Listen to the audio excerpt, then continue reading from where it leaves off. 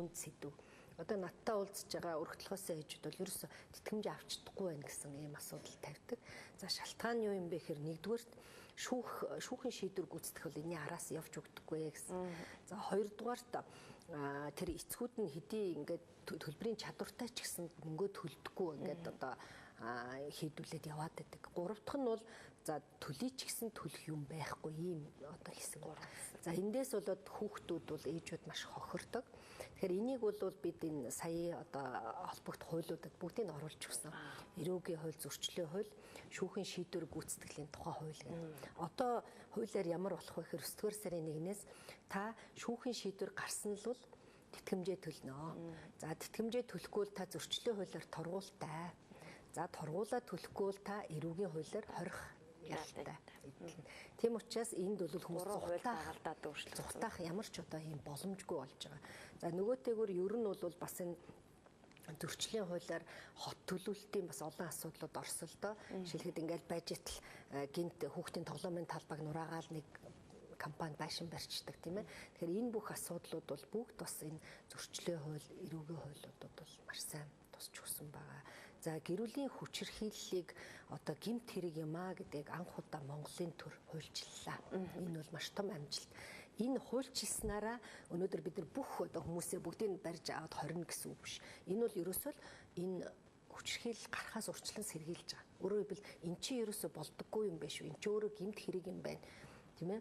Энийг бол урд нь хүмүүс өөр хэвийн үзэгдэл гэж үзэжсэн бол энэ бол биш ээ.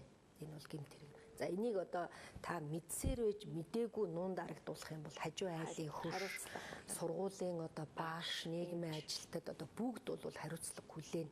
Тийм учраас энийг бол одоо нууж хаах юм одоо боломжгүй болж байна. За эрүүгийн зөрчлийн хуулиудад бол хүүхдийн эсрэг гэмт хэрэг хийсэн хүмүүс одоо маш өндөр одоо хариуцлага хүлээхээр байна.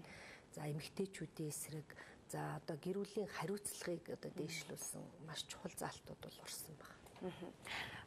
Гэр бүлийн хүчирхийллийн тухай хууль дээр нэмээд нэг зүйлийг асуумаар байна л да. Энэ нөгөө хүчирхийлэл дурдсан хүмүүсийн байлгах байрны асуудал бас нэлээд анхаарал татдсан байлээ. Тэгэхээр энэ хуулиар бол аймаг болгон хүчирхийлэл дурдсан хүмүүсийг төр хамгаалах байртай болохоор хуульчлагдаж өгсөн гэсэн. Таны тусгуулсан санаа юу байсан бэ ер нь? Тэгэхээр өмнө нь бол энэ эрх үүргүүд ер нь тодорхойгүй байсан. Одоо жишээлхэд төр хариуцах юм шиг, за эсвэл одоо орон нутагч хариуцах юм шиг, цагдаа хариуцах юм шиг эдэн салбар оролцсон юм зүйлтэй. Тэгэхээр энэ хуульд бол энэ хамтарсан баг гэдэг маш чухал ойлголт бол гэр бүлийн хүчирхийлэл дээр ч орсон, хүүхдийн хууль дээр ч орсон. Өөрөөр хэлбэл ямар тохиолдолд хамтарсан баг одоо ажиллах юм бэ? За энэ баг бол одоо эрүүл мэндийн одоо салбараас, за хууль сахиулах байгууллагаас, орон нутгаас гэдэг бүгд ингээд орж байгаа. Тэгэхээр эрх үүргийг наривчлаад өгчихсөн байгаа. За мөн одоо гэр бүл эцэг гэх бол өөрөө бас чухал үүрэгтэй ийм зүйл заалтууд бол орсон.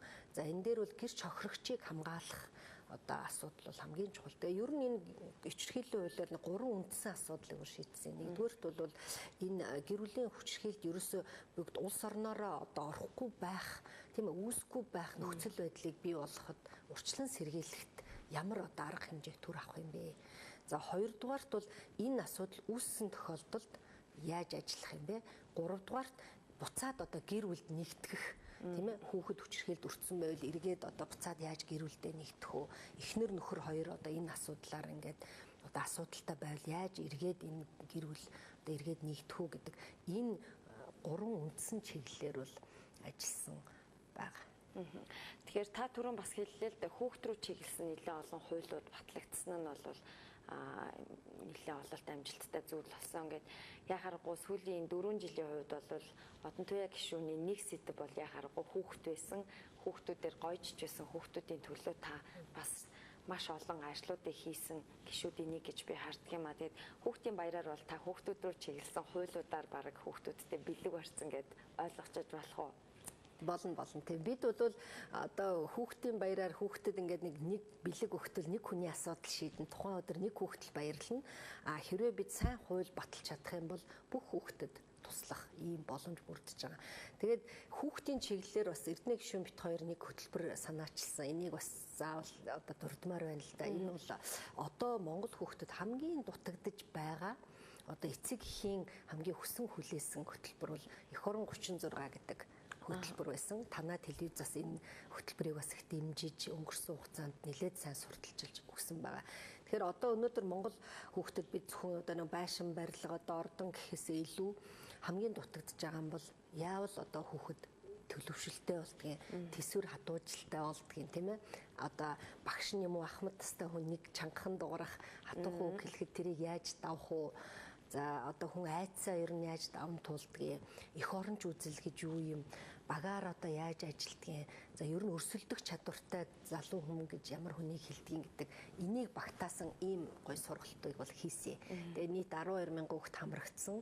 За бусад гишүүдийнхаа бас хүсэлтээр бид нийт улсын хэмжээнд бүх сургагч багш нарыг бэлдэж өгсөн. Тэгэхээр өөрөөр хэлбэл бид нар ч одоо хүүхдтэй зүгээр нэг хэтэрхий материаллык одоо биш. Ер нь энэ төлөвшөл төсвөр хатуужлын хүмүүжлийг л олгох дээр их сайн ажиллах ёстой байгаа. Тэгээд яг өнгөрсөн хугацаанд зөвхөн хүнжлийнхаа хэрээр хөлөөж ижил нэг эхлэл төдий энэ хөтөлбөрүүд явсан. Ер нь цаашдаа бид бол энэ дээрс онцгой анхаарах ёстой сэдвийг яхаар байгаа. Тойргоос сонгогдсон гишүүний хувьд бол Баянголын Одон туяа гэж та яхаар нэрлэгдэн нэг удаагийн сонгуульд бол энэ дүүргээс нэр дэвшээд хоёр дахь дээр нь бол 2012 оны сонгуулиар сонгогдож гарсан байгаа. Тэгээд энэ хугацаанд Баянгол дүүрэг улам мөнгө нэмж улам мөрөгжин авхаацсан гэдэгтээ бол дүүргийн иргэд санал нийлэх бах. За дүүрэг шинээр гэр бүл болж байгаа хосуудаа бас дүүрэгтээ одоо гэрэлтийг батлуулах юм боломж бүрдэж байгаа юм билээ шүү дээ. Харин өчигдөр бас сайн мэдээгээ залуучууд нэлээд явуулсан. Тэгэхээр бид хүүхэд гэр бүл хөгжлийн ордныг одоо байгуулж байгаа. Ер нь өнгөрсөн 4 жилийн хугацааны хөрөнгө оруулалт бол яа харахгүй дандаа хүний хөгжил рүү чиглэсэн. Бид бол тэмдэг баар, ресторан, дэлгүүр хошоо одоо юм бол барьсангүй. За орон сууцнд бол газар өгсөнгөө гол нь л бид нар бол дандаа хүний хөгжил рүү чиглэсэн эмнэлэг сургууль, спорт комплекс, дугуйн зам, гүйлтийн зам гэсэн ийм одоо хүний хөгжүүлэх ийм зүйлд хөрөнгө оруулалт хийсэн байгаа. За гэр бүл хөгжлийн ордон бол яа харахгүй үнэхээр одоо хүний хамгийн одоо аз жаргалтай тэр мөчийг одоо хүндэтгэлтэйгээр тэмдэглэн өнгөрүүлэх тэ төрн тэр хүнтэйгээ хамтарч одоо тэмдэглэх ийм нөхцөл бол бүрдэж байгаа. Жишээлхэд одоо 18 нас хүрсэн хүүхдүүд бас тэнд андгаа иргэний андгаа өргөх. За шинээр гэр бүл болж байгаа дүүргийн маань иргэд тэнд гэрэлтэй батлуулах энэ сайхан одоо нөхцөл бүрдэн. Яг тэр болгон хүнд одоо манай ганц хормын ордонд орох очир дугаар нь одоо өн хөлс нь бол бас тэр болгон боломжгүй байдаг. За миний бас хамгийн одоо баярлж байгаа зүйл бол шин төрсөн хүүхдэд төрсний гэрчилгээ гардуулах ийм одоо үйл ажиллагаа тэнд явагдана. Тэгээ би бас нөгөө Оросын холбооны улс сурж байхад манай сургуулийн хажууд тийм одоо Дом Малютки гэж байсан. Ингээд бүр хүүхдийн ордон тэр нь ингээд их хөрхэн засал маслан ч гэсэн яг хүүхдээ. Тэгээд тэнд өглөө болгол ээж аавууд хүүхдээ тэрсэн бүртгүүлэхээ зогсож идэг. Тэгээд найз нөхд нь бол тэр гэр орноор нь очиж хүндрэл очуулахгүй тэнд ирдэг. Ах トゥ сад нь тэнд ирдэг. Нэг дороолаа тий. Одоо яг л нөгөө хорим хийж байгаа хүмүүс шиг л хүүхдийн тэр одоо төрсний гэрчлэгийг авах. Тэр чинь бас л айлын маш том баяр штэ. Ингээд ийм зүйлүүдийг бол одоо хийхээр л төлөвлөж байгаа тий. За тэгээ бидний ярилцах цаг бас өндөрлөх төхөж байна. Миний хамгийн сүүлийн асуулт бол та өнгөрөгч 2016 оны 1-р сард ардчилсан эмэгтэйчүүдийн холбооны тэргүүнээр сонгогдсон ажиллаж байгаа. За энэ хугацаанд ардчилсан эмэгтэйчүүдийн холбоонд ямар үйл явдлууд болж өрнөв. Тэгээд гишүүний одоо сонгуультын ажлын хажуугаар дахиад нэг сонгуульт ажлыг ер нь хэр зэрэг амжуулж явна вэ? Тэгэхээр энэ холбооны маань хамгийн гол ажил бол одоо энэ улсын хурал ба нийслэл одоо аймгийн сонгуульд нэр дэвшигчтэй одоо нэрийг дэвшүүлэх ийм ажил байсан. За энэ бол маш хүнд нөхцөлд явагдсан. За ялангуяа улсын их хурлын сонгуульд бол нөгөө квоттай ингээд 16 эмэгтэй бол нам бүрээс дэвших ёстой байсан. За энэ нэр дэвшилт бол үнэхээр бас тийм хатуу бүтөө одоо ирчүүдийн эсэргүүцэлтэй тулгарсан юм байсан. Яа тэгэхээр өмнө нь бас ийм квот байгаагүй учраас нэг талаасаа эмэгтэйчүүд маань бас шууд улс төрт ороод шууд нэр дэвшихэд бэлэн биш байгаа нь бол анзаарэгдсэн. Энэ бол биднээс бодгол асуудал. Цаашдаа энэ дээр онцгой анхаарах хэрэгтэй. А нөгөөтэйгүр яг ийм квот нь байж ээж бид нар орж ээж өөрсдөө чадах чинь өөрсдөө зориг орно тийм ээ одоо туршлага чинь тэрнээс биш одоо шууд ингээл за бэлэн одоо ийм зүйл бол байдаггүй юм байна. Манай эмэгтэйчүүдийн хувьд бол яг ингээд тойрог хуваарлахад бол аймаг дүүргийн одоо дунд чат бол дандаа манай эмэгтэйчүүдийг хасаад оруулаад ирсэн. Энэ өөрөө маш хүндрэлтэй болсон. Тэгэхээр нэгэнтээ хасаад оруулаад ирсэн юм чинь үндсээ зөвлөлт хорон дээр 16 эмэгтэй дэвшижээж л энэ нэр 70 зургуулаад дэвших аав штэ. Гэтэл сүүлд нь 1-2 тойргоос бол яа харахгүй одоо нөгөө хасчээж оруулахаар мэдээж тэнд дүүргээс ороод ирсэн ирчүүдийн эсэргүүцэл асар их байна. Тэгээд одоо бид нар нэг тийм гуйраар авж байгаа юм шиг л та нарт ер нь нөх албатаа мó яах гэж юм бодсон ингээд тийм нэлээ маргааны шинжтэй зүйлүүд бол болсон. Гэхдээ бид энэ ихний шатаа бол даваал гарсан.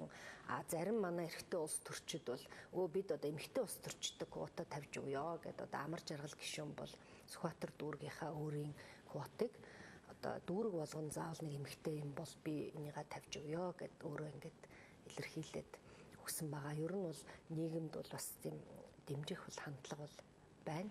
Ер нь эмэгтэй улс төрчдийг дэмжих хандлага одоо өнгөрсөн 4 жилд хамгийн их эерэг байсан нь одоо энэ удаагийн ажлаа өгөх гэж байгаа улсын их хурлын парламент буюу одоо хамгийн олон гишүүнтэй парламент гэж яригдж байгаа. Энэ парламент бол яхаарахгүй энэ уур амьсгалыг бүрдүүлэхэд оролцсон болов уу? Бид бол бас энэхийн төлөө л бүгдээрээ л зүтгэлтэй ажилласан. За баярлалаа. Тэгээд би таны бас өнөөдөр ярихыг хүсэж орж ирсэн зүйлийг асуугаагүй гэж болох юм. Та үзэгчдэд хандаад юу гэж хэлэх вэ? За баг ихэнх нь асуучлаа да. Тэгээ бид бас Баянгол дүүрэг дээр хүний хөгжил рүү чиглэсэн бүх асуудлыг хийсэн гэж ярьсан. За нөгөөтэйгөр эрүүл мэндийн асуудлыг бол одоо Эрдэнэ гишүүн бит 200% шийдъя гэд шинэ эрүүл мэндийн төвөө барьж ашиглалтанд орууллаа. 150 ортой хүүхдийн эмнэлгээ орлаа. Одоо тун утгагүй 6 дугаар сарда багтаад бас ахмадын нөхөн сэргээгтв дахиад хүүхдийн 150 ортой эмнэлгээ нээн.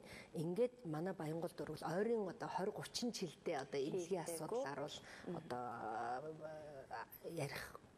ярихгүй болно. За тэгээд бид бол бас эрүүл мэндийн даатгалын бол эмнэлгийн хууль гээд хууль эрх зүйн орчныг одоо хамт хийчихсэн учраас одоо энэ асуудал бол хэрэгжээд явхад бол асуудалгүй баха гэж бас найдаж байгаа.